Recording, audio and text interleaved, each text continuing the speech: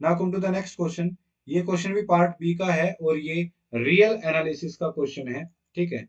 This is a question of real analysis और ये power series का क्वेश्चन है। क्वेश्चन की स्टेटमेंट क्या है? Consider the series this n raise to power n square upon 1 plus n raise to power n square, then which of the following is true. ये question होगा इसमें कि इन चारों में से ये बताना है कि इसका आंसर क्या आएगा, ठीक है।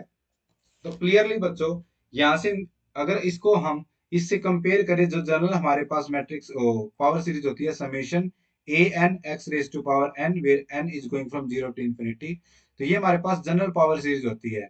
तो बाय कंपेयरिंग यहाँ से, तो जो ए एन है, ए एन की वैल्यू क्या आ जाएगी? ये हो जाएगी n raise to power n square upon 1 plus n raise to power n square, यहाँ से ए एन की वैल्यू हो जाएगी। ओके, अब यहां से हमारे पास जो रेडियस ऑफ कन्वर्जेंस है, रेडियस ऑफ कन्वर्जेंस का फॉर्मूला क्या होता है? रेडियस ऑफ कन्वर्जेंस का फॉर्मूला होता है 1 upon limit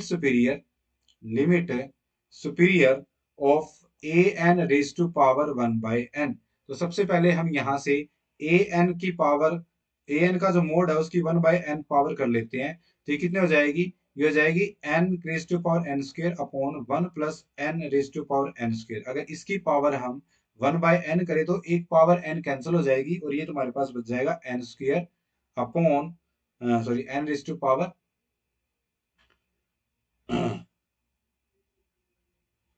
N raise to power n हो जाएगी, एक पावर कट गई ना एन स्क्र से, और ये हो जाएगी 1 plus n raise to power n. इकट्ठा लिख सकते हैं हम इसको n upon 1 plus n raise to power n ऐसे भी लिख सकते हैं।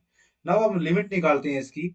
Limit n tends to infinity a n raise to power 1 by n, तो ये जाएगी तुम्हारे पास limit n tends to infinity, इसको हम ऐसे लिख सकते हैं 1 plus n minus 1 upon 1 plus n raise to power n, ठीक है। 1 ऐड कर दिया, 1 सब्ट्रैक्ट कर दिया। Now this can be written as limit n tends to infinity 1 minus 1 upon n plus 1 raise to power n, और ये shortcut फॉर्मूले से जो इसका आंसर है वो क्या आता है? E raise to power limit n tends to infinity minus n upon n plus 1, और ये कितनी, इसकी लिमिट कितनी हो जाएगी? 1 हो जाएगी। तो it's e raise to power minus 1 which can be written as 1 by E.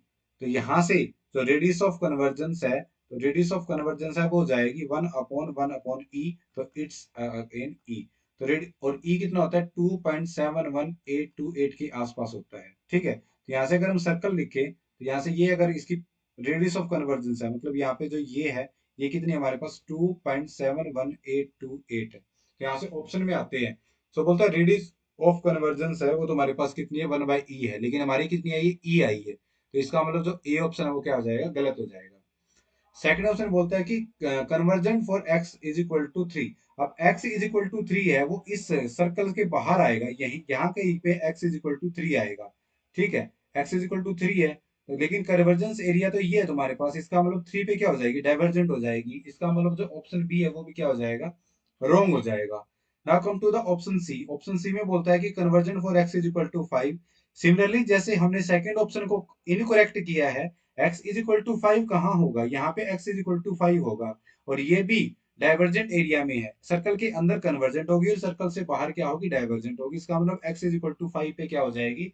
Divergent हो जाएगी। लेकिन ऑप्शन सी में वो क्या बोल रहा है कि convergent for x is equal to 5। इसका मतलब ऑप्शन सी भी क्या है?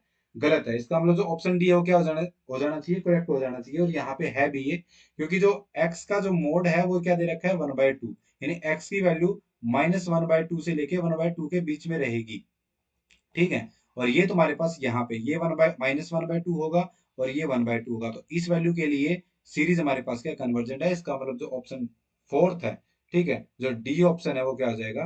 करेक्ट हो जाएगा। तो this is the simple question asked in today's exam which is very easy. आप इसको इजिली कर सकते हो, तो ये एग्जाम में आया हुआ था, ठीक है।